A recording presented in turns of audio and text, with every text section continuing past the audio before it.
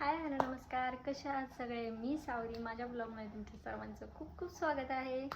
आणि पार्ट 3 मी तुम्हाला सांगितलं, आता मी पार्ट 3 सांगणार आहे. पुढचं समर टिप्स फॉर बेबी पार्ट 3. त्याच्यामध्ये आपण बेबी समरमध्ये खूप आपण चुका करत असतो बेबीसाठी. तर त्या काय काय चुका मी तुम्हाला पुढे सांगते. त्याच्यामध्ये फर्स्ट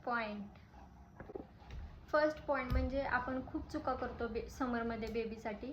त्या म्हणजे की ओव्हर ड्रेसिंग करतो. ओव्हर ड्रेसिंग हे खूप महागात पडू शकते बेबीसाठी. बेबीला खूप रॅशेस येऊ शकतात. त्याच्यामुळे ओव्हर ड्रेसिंग अजिबात करू नका समरमध्ये. फक्त बेबीला कॉटनचे कपडे घाला, लूज कपडे घाला. त्याच्यामुळं एअर ही जास्तीत जास्त बेबीला टच करेल, फिरेल आजूबाजूला. आणि जर आपण जास्तीत जास्त तिला घट्ट कपडे घातले तर मग काय होणार आहे, अजून रॅशेस येणार आहे, स्वेटिंग होणार आहे. स्वेटिंगमुळं घामुळे पण येतील बेबीला आणि वेगवेगळे रॅशेस येऊन अजूनच बेबीला प्रॉब्लेम होईल आणि बेबी रडल वगैरे. आणि मग ते पुढच्या गोष्टी खूप अवघड. मग त्याच्यामुळे ओव्हर ड्रेसिंग हे पहिलं पॉईंट म्हणजे ओव्हर ड्रेसिंग. पॉईंट 2 की बेबीला डायरेक्ट AC समोर किंवा फॅन समोर किंवा कूलर समोर डायरेक्ट ठेवू नका. म्हणजेच त्याच्यामुळं काय होऊ शकतं बेबीला, की बेबीचं डायरेक्ट नाकातोंडात हवा जाऊ शकते, रेस्पिरेटरी ट्रॅक इन्फेक्शन होऊ शकतं बेबीला. त्याच्यामुळे जास्तीत जास्त बेबीला ह्या AC कूलर हे लांबच ठेवा. फक्त आजूबाजूची जी हवा आहे ती कूल ठेवा, पण बेबीच्या समोर डायरेक्ट तुम्ही हे नका करू. 24 ते 26 डिग्री सेल्सिअसपर्यंत तुम्ही ACचं टेम्परेचर ठेवू शकता, जे नॉर्मल आहे बेबींसाठी. आणि हा होता पॉईंट 2. स्वेट किंवा रॅशेस बेबींचे चेक करत राहा समरमध्ये, कारण की बेबींना हे खूप जास्त होत असतं समरमध्ये. स्वेटिंग येणं, रॅशेस येणं.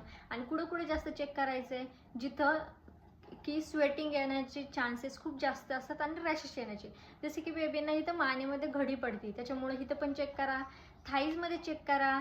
त्याच्यानंतर अंडरआर्म्समध्ये चेक करा. बेबीच्या बटक्सला चेक करा. ह्याच्यामध्ये जास्तीत जास्त रॅशेस आणि स्वेटिंग येऊ शकते. आणि जास्तीत जास्त ते क्लीन करायचं बघा.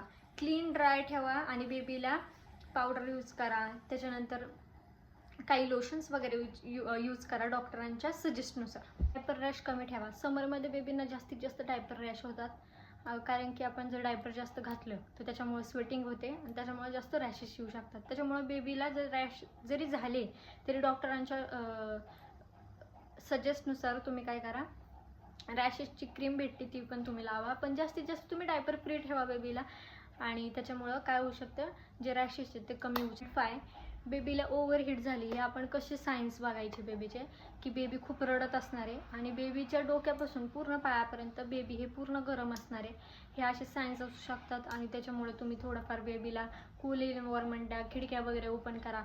आणि जर खूपच जास्त ताप असेल आणि बेबी खूपच टायर्ड असेल आणि रडतंय बेबी, तर तुम्ही इमिजिएटली डॉक्टरकडे पण जा. मला असेच टिप्स फॉलो करायचे असतील तर मला फॉलो करा, लाईक करा, शेअर करा, सबस्क्राईब करा. आणि पार्ट 4 येण्यासाठी तुम्ही मला सबस्क्राईब करा, ज्यामुळे तुमच्या फीडवर माझे व्हिडिओज येतील. Thank you so much for watching. Bye bye guy.